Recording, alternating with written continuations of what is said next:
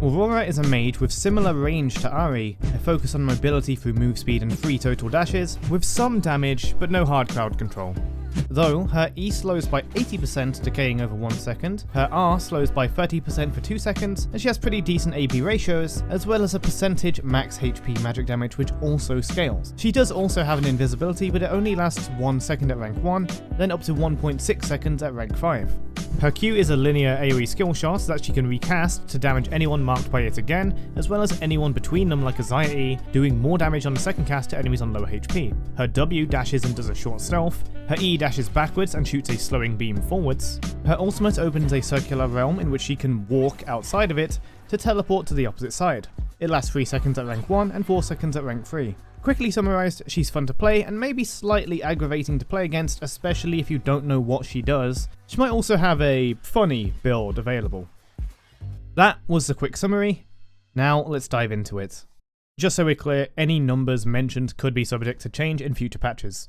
Aurora's Q is a linear skill shot that damages all enemies it passes through, marking them for 3.5 seconds. Recasting Q triggers these marks almost like Twitch E, dealing magic damage that increases based on target's missing health. The marks return to Aurora a bit like a Xayah E as well, dealing that same damage, but any bolts that hit the same target after the first more than once will only do 20% damage on the subsequent hits. You might notice a circle appearing below the target, a bit like Vayne's W or Nars W.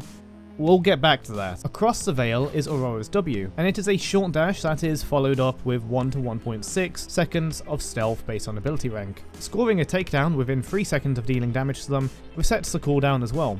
She additionally gains something called Realm Hopper for 4 seconds when she activates this ability.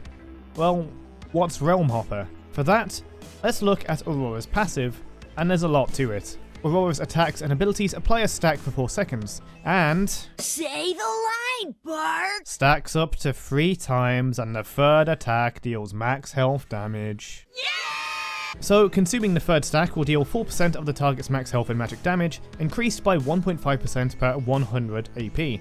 You might be thinking something, but I ask you to hold on to that for now. We're still reading. When this is used against a champion, Aurora gains Realm Hopper for 4 seconds and rips their soul out.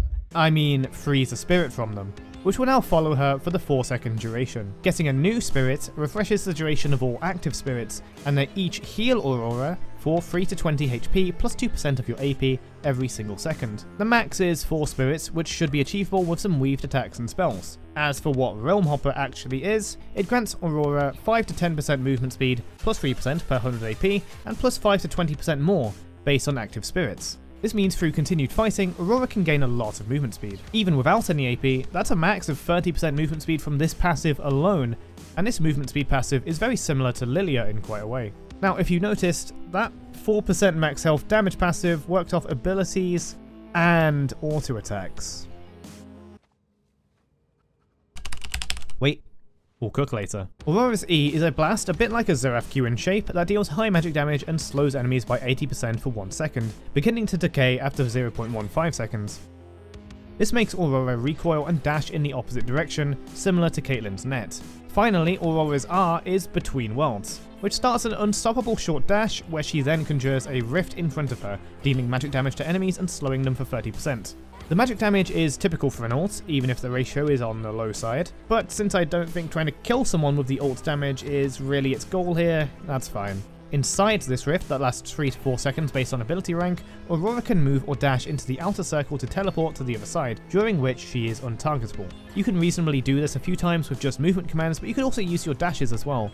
Going into the border with W means you will appear at the other side, or rather you won't, as you have the 1 second of stealth. Enemies that collide with the border will be knocked back and slowed quite severely, for 75% for 1.5 seconds. If you're a ranged champion fighting Aurora, you could probably just stay near the middle if fighting Aurora is your goal, but if looking to run, you're going to need to either camp the border till it's over, or use a blink like Flash to get through the border, or use untargetability, like Fizz Troll Pole, Xayah ult, etc. to simply ignore the border.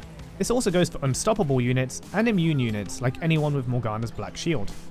As Aurora, you can use this to make melee champions miserable using the borders, and as a melee champion, I wouldn't commit to dashes to chasing Aurora anywhere near the border when you're subjected to her ultimate. Aurora can also use this to make a quick escape. Say, for instance, I'm running away in this direction and need to make distance really quickly.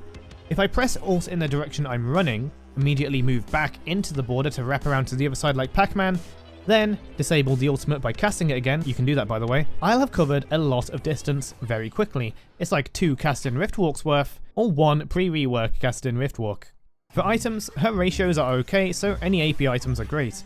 Her ultimate does do damage and is very useful, so Malignant is not a bad call on her, but perhaps a lot better than that, since she really likes being in combat for her passive spirits, and a healer based on AP as well, is Blackfire Torch. Not only does maintaining the burn while in constant combat make sense, but it rewards you with extra AP, giving your spirits movement speed, healing, and of course, increasing your damage. This also means that Liandry's could be okay as well, if a bit excessive, since her passive is already doing max health magic damage that you could instead increase with higher AP items, or even cause that damage to crit with something like Shadow Flame.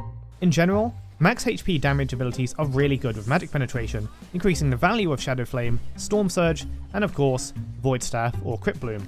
Given that her range is even shorter than Ahri's, some health AP items for a safer build wouldn't be bad either. Going for Rod of Ages, Cosmic Drive, and Liandry's wouldn't be bad, and would help with mana, lean into her move speed style anyway, but sacrifice some damage. At very least, you'll always be doing max health damage, so you don't lose as much as other mages might with such a compromise.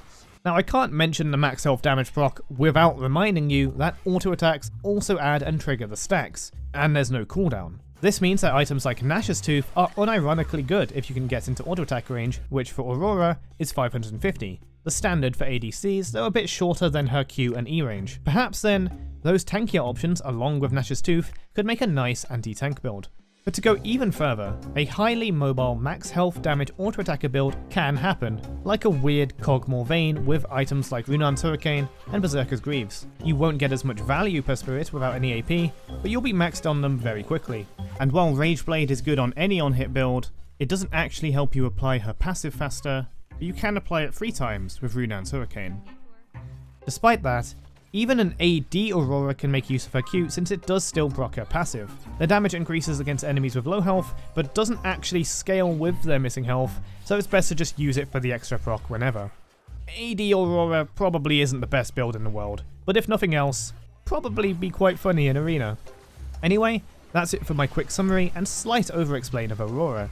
I'll be playing her a bit before I venture off to try out the new Swarm game mode, and you can catch either or both of those on the channel if you hit subscribe, or follow me on Twitch in the links in the description. Thanks for watching. Shoutouts to the members AJBeat91, Warsquid, Ultimate Ground, Cryo's Dad, Gentleman Zeta, Lunar Eagle 1996, 53rd Alabama Booty Obi-Wan Kenobi, N Era, AC Immortal, Mr. Noodle, Bass1378, Gilbert Morals, Tierman Caranfil, Luxius, Zero, and Dario Castro. Thank you all again for supporting the channel.